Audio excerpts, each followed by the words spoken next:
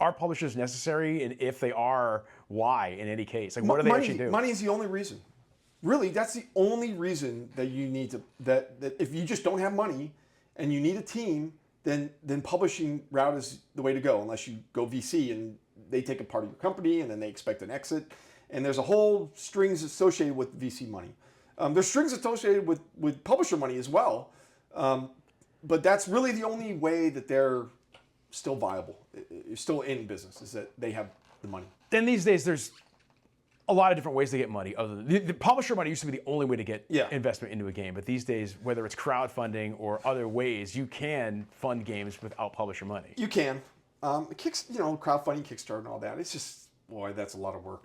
But that's also finding. There are sometimes grants and different things available, and it's basically like you kind of have to know where to find those things, and that's kind of what your original co-founders saw in you, is like your ability to find business, right? Like you could go find where the opportunities are, because every once in a while, right, there's funding for something, some initiative, some technology needs to prove itself. Funding development. It's a good point. When I started the second company, it was around the time Nvidia was pimping out their Shield streaming console, and there was this big initiative within Nvidia to basically create content for their store. And they saw the Shield they positioned it as almost like a mini console, an Android-based console that hooks up to your TV and has its own storefront, and you can buy. And so they were really out looking for content. And so I thought to myself, well, this might be a good opportunity to get some easy money with. And I had this game, the space shooter game that I had made with a previous company that went out of business, and I convinced the owners of that company to give me the space shooter back. And they did, and no strings attached. They just gave it to me, and I basically went to Nvidia. I said, I have this game. I just want to make it for your Shield console. How about some money for that? And they gave me money, and I built up a relationship with Nvidia and got another project signed with them after we finished the space shooter. And that gave me capital to start kind of getting the team together. And then VR came around, and Oculus was real big, successful in their Kickstarter, and had some friends that worked there. And I remember I was in Austin. I lived in Dallas at the time, and I was in Austin, and I went to the company that made Job Simulator. I went to the owner's house, and he showed me a very, very early build Job Simulator, and using the Vive and the tracking controllers. And I remember picking up stuff. They had the kitchen scene done, and I remember picking up stuff and opening up, and I was like, wow, this is really cool. I think there's a way to do this. And I knew that Oculus bought Facebook, or Facebook bought Oculus, and they were starting to do deals, and they were starting to do grants. And I went to them and I said, I have this idea for this game, open world, like pilot wings in VR. And they're like, yeah, that's great, but we need a demo. So I got together a really small team to do a demo and showed them the demo, and then they were like, yeah, this is great, let's go. And that was the first grant, and then I just got tons of more grants. Yeah, because as every platform, usually when platforms are new, they have to prime the pump. They have to fund content to be on that platform, because there's no business case to build anything for a platform with no users. Yeah. And so that's one of the opportunities you've been able to hunt for and find.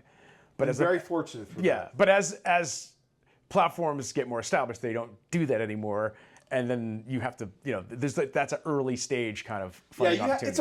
It's a right time, right place, right product situation where you have to fill a hole that they have, and we were the only ones doing that type of game.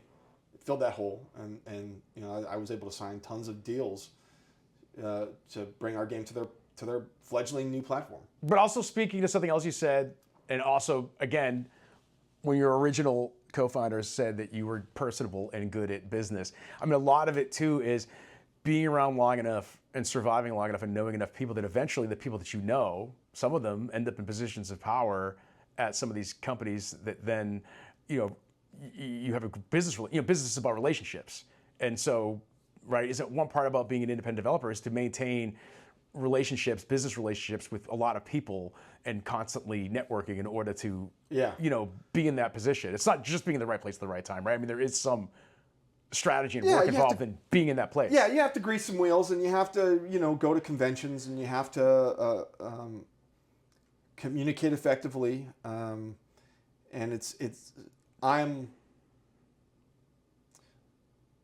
I kind of live in both the introvert and the extrovert worlds.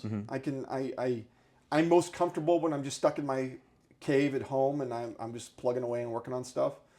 But I see that I can't just be that. I have to be an extrovert. I have to be out there, and I have to go to the parties, and I have to go and network at events, and I have to go to GDC, and I have to do these things. And it's exhausting to me, but I do them because it's a must. You have to, and I just, that is more important to me than being an employee and just being, left to my own devices. Sure. And also, I guess there's it's almost kind of an insurance policy, right? Because you've seen with all the recent layoffs and stuff, a lot of people who get laid off can't survive outside of a job. Yeah. But independent developers are always kind of unemployed. You know what I mean? Like Yeah. they basically have to constantly look for opportunities and find them, and they're never given to them. I've realized I'm kind of an adrenaline junkie in that way. Safety, being safe and just collecting a paycheck is I get incredibly bored, and as an indie, it's never a dull moment. You're always, looking for, even with successful products, you're still looking for other opportunities. You never rest on your laurels, so to speak. And I live on that. I live on that rush of selling products that we develop in any way I can. It's